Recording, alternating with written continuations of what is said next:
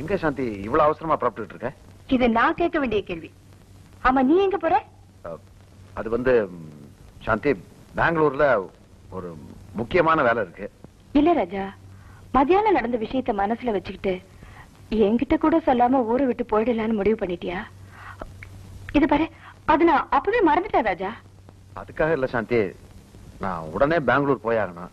தலை போற அவசரம்.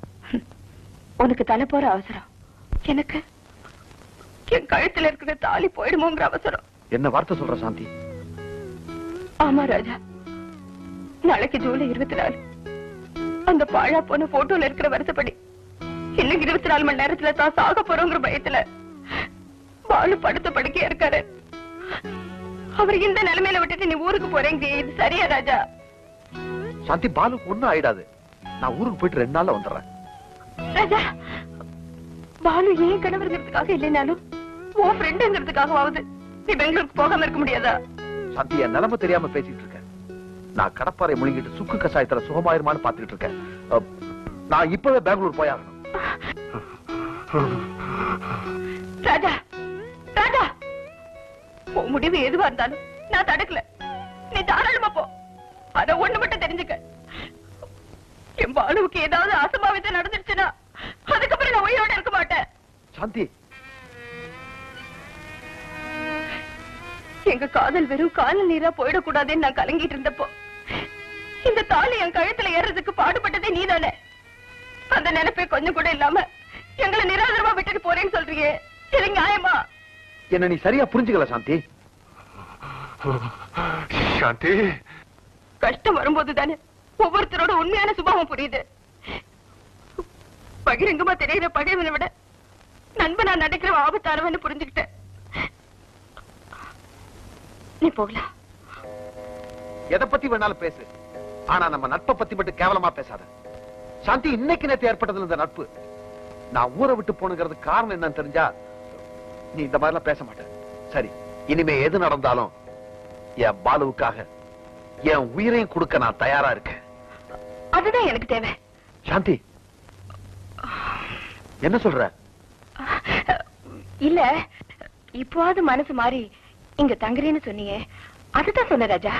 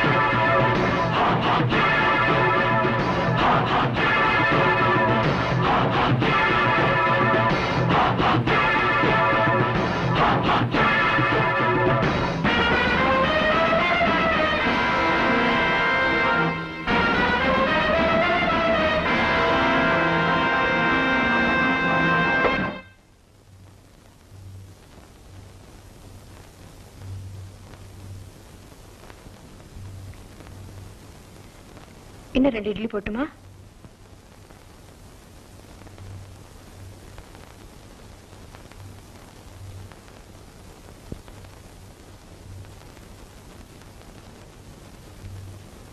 குழம்புல காரம் அதிகமா போட்டேனா?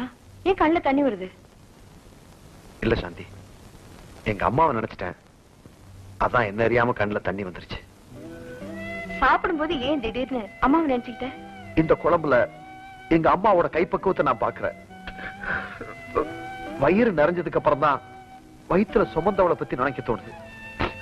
ஓடி ஆடி உழைச்சு என்ன படிக்க வச்ச அந்த தெய்வத்தை உட்கார வச்சு சோறு போடணும்னு ஆசைப்பட்டேன்.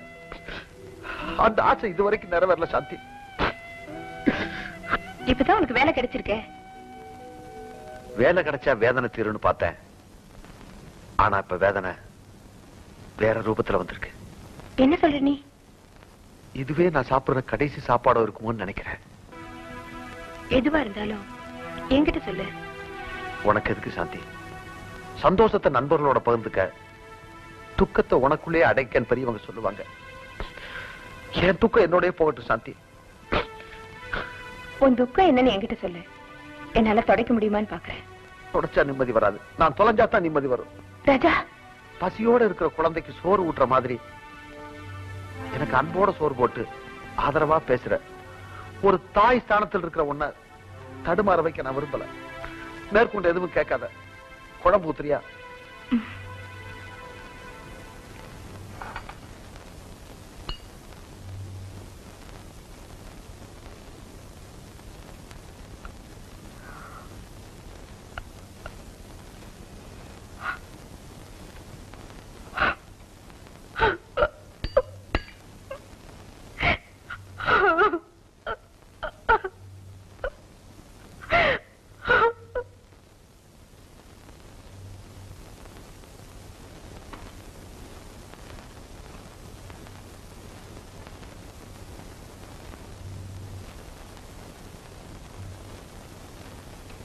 ஒன்றும் உயிர் வேணும்னா கண்டம் உயிரை பத்தி கவலைப்படக்கூடாது தாயி.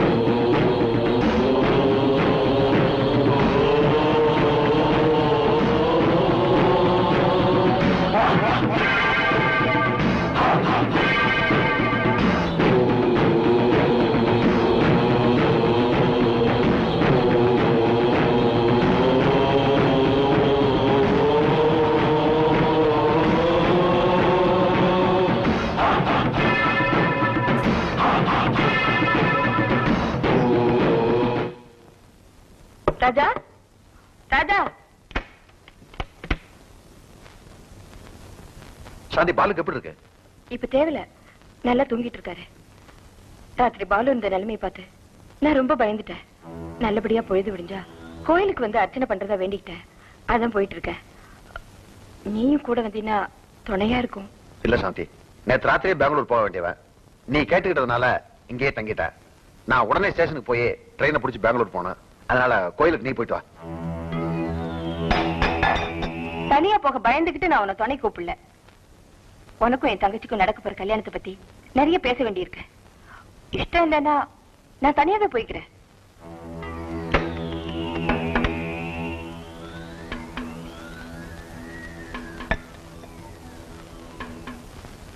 சாந்தி, ஒரு நிமிஷம். நான் பெங்களூர் போல உன் கூட வர்றேன். ஒரு நிமிஷம் வெயிட் பண்ணு, ட்ரெஸ் மாத்திட்டு வந்துடுறேன். இதான் உண்மையான காதல்ங்கிறது. ஆமா, இவ்வளவு சீக்கிரம் கோயில் திறந்திருக்குமா சாந்தி? நாம இன்னும் கூட கொஞ்சம் லேட்டா புறப்பட்டு வந்துருக்கலாம். பூச்சி போட்டு ஏதாவது கடிச்சிட்டா என்ன பண்றது? நீ டார்ச் லைட்டாவது எடுத்துட்டு வந்துருக்கலாம்.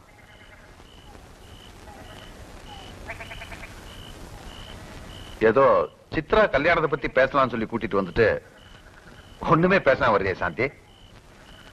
நீ என் காதலுக்கு நல்ல முடிவை தருவேன்றதுக்காகத்தான் நான் உன் கூட வந்தேன். இல்லைன்னா இன்னைக்கு நான் பெங்களூர் போயிருந்திருப்பேன். வீட்டுல பேச முடியாத அளவுக்கு சிக்கலான பிரச்சனையா சித்ரா கல்யாணம்.